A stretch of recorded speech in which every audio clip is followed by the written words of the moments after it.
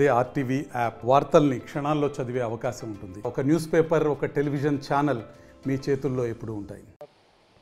గత వైసీపీ పాలనలో కూడా వైఎస్ఆర్ జగనన్న భూరక్ష 2020 కింద కూడా కొంత ప్రాజెక్ట్ అయితే కూడా ప్రారంభించడం జరిగింది. ఈ ప్రాజెక్టు కింద మాటూరు గ్రానైట్ వ్యాపారస్తులకి పూర్తిగా నష్టపోయిన పరిస్థితి.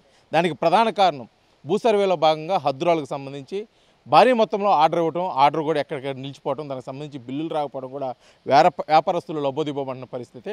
ఇప్పుడు మనతో పాటు ఉన్నారు గ్రానైట్ వ్యాపారి వేణు. వారు మాట్లాడి తెలుసుకునే ప్రయత్నం అయితే చేద్దాం. సార్ చెప్పండి, మొత్తంగా చాలా రోజుల నుంచి మీరు గ్రానైట్ వ్యాపారం చేస్తున్నారు, కానీ ఇటీవల కాలంలో వైఎస్ఆర్ జగనన్న భూరక్ష 2020కి సంబంధించి హద్దురాళ్ళు కూడా తయారు చేయడం కూడా జరిగింది. దీనివల్ల పూర్తిగా మీరు ఎటువంటి నష్టాన్ని చూశారు?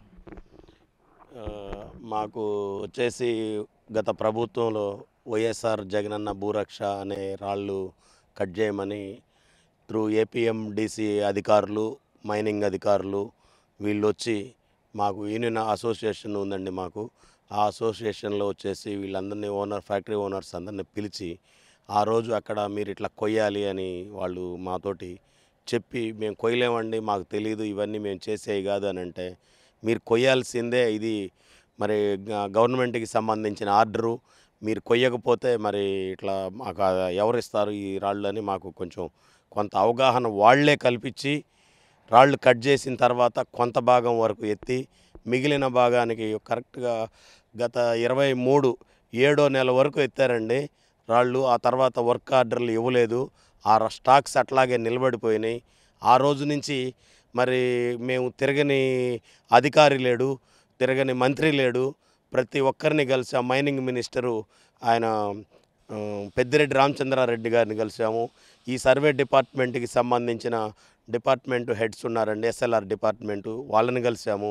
ఇంకొక 4th ఫేజ్ ఉంది, దాంట్లో ఐడీలన్నీ వస్తాయని చెప్పి మమ్మల్ని క్లియర్గా ఏం చెప్పారంటే, మరి మేము మధ్యలో కూడా ఒకసారి మీటింగ్ పెట్టినప్పుడు మేము కట్ చేయాలా వద్దా అని అడిగినప్పుడు మైనింగ్ మినిస్టర్ గారినే అడిగాము. ఆయన కట్ చేయొద్దని చెప్పలేదు, చెయ్యమని చెప్పలేదు. అంటే మధ్యస్థంగా చెప్పి నేను వద్దని చెప్పను, మీరు కట్ చేయండి, మీ పని మీరు చెయ్యండి అన్నాడు. తర్వాత ఏమో ఒక 5,000 స్టోన్స్ వరకే పర్మిషన్ ఇచ్చారు. తర్వాత స్టాక్స్ అన్నీ అట్లాగే నిలబడిపోయినాయి.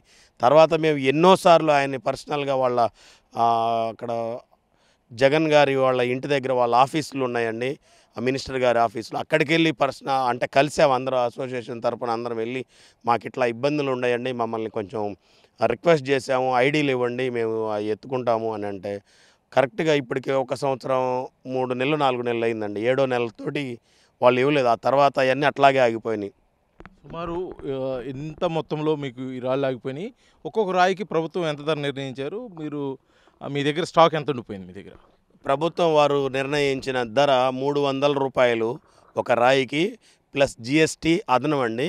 ఆ ట్రాన్స్పోర్టు వేరే వాళ్ళు ఎత్తుకొని పోయేవాళ్ళు, అట్లా వాళ్ళకి అట్లా ట్రాన్స్పోర్టు మాకు సంబంధం లేకుండా మాకు వరకు జిఎస్టీ విత్ జిఎస్టీ తోటి 354 రూపాయలు మాత్రం మాకు పే చేయడం జరిగిందండి. అయితే అది కూడా కొంత భాగం నిలిచిపోయినాయి, అవి రాలేదు. ఫస్ట్ మాకు కమిట్మెంట్ ఏం చెప్పారంటే అండి, క్వారీల నుంచి రాళ్ళు ఫ్రీగా తోలుతాము, మీరు కట్ చేయాలి, కట్ చేసిన దానికి తీసుకోండి, రాయి ఊరకనే వస్తుంది కదా మీకు అని చెప్పారు. ఆ తర్వాత మాతోటే రాళ్ళు కొనిపించి ఇట్లా చేశారు. మేము కొయ్యకపోతే అధికారులు కూడా మమ్మల్ని కొంచెం ఇక అవన్నీ చెప్పొచ్చో చెప్పకూడదో తెలీదు. వాళ్ళు ఆ రోజు వచ్చి మీరు కొయ్యకపోతే కుదరదు, మీరు కొయ్యాల్సిందే అని బలవంతంగా పెట్టి వీళ్ళు కోపించారు. మరి వాళ్ళు మినిస్టర్ గారు వాళ్ళేమో మేము తీసుకుంటామన్నారు, తర్వాత కొంత భాగం వరకే తీసుకున్నారు. ఆ తర్వాత తీసుకోకుండా మమ్మల్ని అయితే ఇబ్బందులు పెట్టారు. రకరకాలుగా మేము ఇబ్బంది పడుతూనే ఉన్నాము. గత ప్రభుత్వం వారు చేసిన తప్పుకి మేమైతే ఇండస్ట్రీ అంతా దెబ్బతినింది. మాకు ఇన్సెంటివ్స్ కూడా రావాల్సినవి ఉన్నాయి. పోతే ఇప్పుడు జిల్లా ఒంగోలు గత ప్రభుత్వంలో జిల్లాలు విభజన జరిగింది. ప్రకాశం జిల్లా, ఓల్డ్ ప్రకాశం జిల్లాలో భాగమే ఇది, మార్టూరు సరౌండింగ్ కూడా. అయితే తర్వాత బాపట్ల జిల్లా కింద కన్వర్ట్ అయ్యింది. ఇది కలర్ గ్రానైట్ ఒక మీటర్కి, ఒక బ్లేడ్కి 22,000కి 22 మీటర్లు ఇస్తామన్నారు. కానీ గెలాక్సీతో పాటు అది 27,000 రూపాయలుగా ఉంది. గెలాక్సీ అనేది అది ప్రపంచ మార్కెట్. దానితో భాగంగా ఇది ఉమ్మడి జిల్లాలో కలిపి ఉండటం వల్ల దీనికి కూడా అదే రేటు నిర్ణయించారు. రాష్ట్రం మొత్తం 22,000 ఒక మీటర్కి ఒక మిషన్కి 22,000గా ఉంది. మాకు కూడా అట్లా 22,000 చేయమని మేము గత ప్రభుత్వంలో అధికారులని అడిగినా కూడా వాళ్ళు పట్టించుకోలేదు. ఇప్పుడు కూడా మేము మరి వీటి గురించి ఈ 22,000 రూపాయలు చేయండి, మాకు ఒక మిషన్కి ఒక నెలకు 5,000 రూపాయలు అదనంగా మేము కట్టవలసి వస్తుంది, మాకు కొంచెం పెనుభారంగా మారింది. ఇప్పుడు వ్యాపారాలు కూడా మా సరిగా లేవు కనుక మీరు దయతోటి మమ్మల్ని ఈ రాళ్ళని అన్నీ కొంచెం ఏదో ఒక రకంగా ఇప్పుడు ఆ పేర్లు కానీ కొట్టేయాలంటే మేము కొట్టేపిచ్చైనా సరే మేము వాటిని మళ్ళీ వేరే దేనికొక దానికి ఉపయోగించుకొని మమ్మల్ని గట్టెక్కించవలసిందిగా మేము ఇప్పుడు ప్రభుత్వం వారిని కోరుతున్నాము. సుమారు ఈ గ్రానైట్ మాటూరు అదే బల్లికొరకు సంబంధించి గ్రానైట్కి సంబంధించి వ్యాపారస్తులు ఎంతమంది వ్యాపారస్తులు ఈ రాయిని కట్ చేశారు? సుమారు ఇప్పటివరకు మిగిలిపోయిన రాయి ఎంత ఉండొచ్చు?